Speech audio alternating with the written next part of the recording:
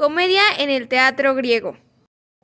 El origen del teatro lo encontramos en la antigua Grecia desde el siglo VI a.C. Su punto originario de la comedia fue en la Edad Antigua. Lo cierto es que se fue desarrollando con los años, y es en la Edad Medieval cuando los autores la cultivan de forma más original y más amplia. Aristóteles describió el género de la comedia griega basándose en sus diferencias de la tragedia, entre otras distinciones. Explicaba que la comedia representa a los hombres como peores de lo que son en la vida real. Los autores escribían en base a estereotipos de personas de la sociedad para crear burla y la mofa. Era una forma popular e influyente en la Grecia antigua. La comedia griega permitió tener una visión indirecta sobre el funcionamiento de las instituciones políticas, los sistemas legales, las prácticas religiosas, la educación y la guerra en el mundo helénico. Era caracterizada porque este género lo utilizaban los autores para mofarse de cuestiones influenciables de la sociedad, como en el momento era la política y la filosofía.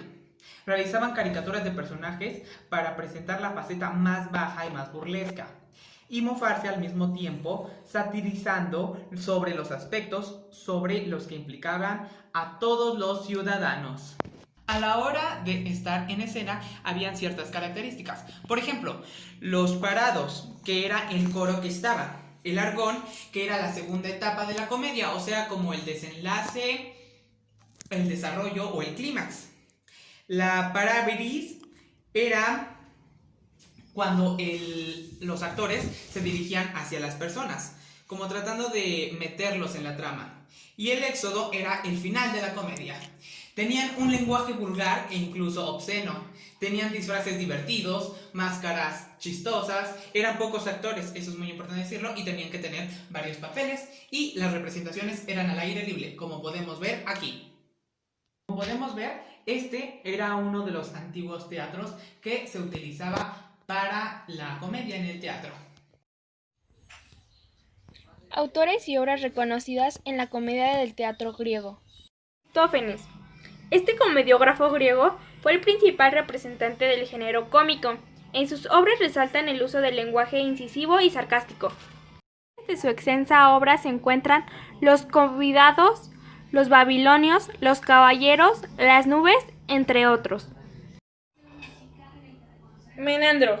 Fue un comediógrafo considerado el máximo exponente de la llamada comedia nueva.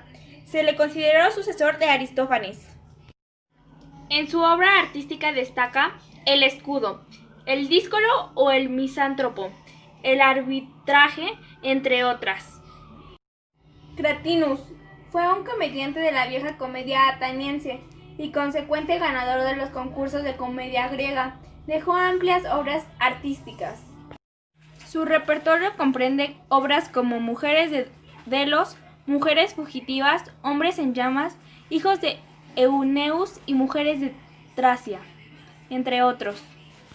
Eupolis fue un integrante del famoso trío de escritores de la comedia antigua. Los dos integrantes faltantes fueron Catino y Aristófanes. No se conserva ninguna de sus obras en manuscrito, pero se cuenta con 19 títulos y numerosas citas. Entre sus obras más reconocidas están Maricas de Moi Texiarchoi. Repercusiones que trajo a futuro el teatro griego. El teatro griego trajo como repercusión hacer reflexionar al espectador sobre los problemas que atañen al ser humano, de manera que la representación de la orba sirviese de enseñanza. El espectador, al ver los trágicos sucesos que acontecen a los protagonistas, experimenta un sentimiento llamado catarsis, término acuñado por Aristóteles, que le purifica, sosiega un pensamiento negativo y lo hace ser mejor persona y mejor ciudadano. Con ello, el teatro en Grecia no solo fue una diversión y entretenimiento, sino también fue una educación social. En conclusión, podemos decir que el teatro es una de las grandes creaciones de los griegos. Abrió camino a todas las manifestaciones teatrales posteriores e inspiró y sigue inspirando a muchos otros autores, a veces con una enorme distancia en el tiempo. El teatro griego se presenta bajo 3 modalidades. La primera es la tragedia, la segunda es la comedia y la última es el drama satírico.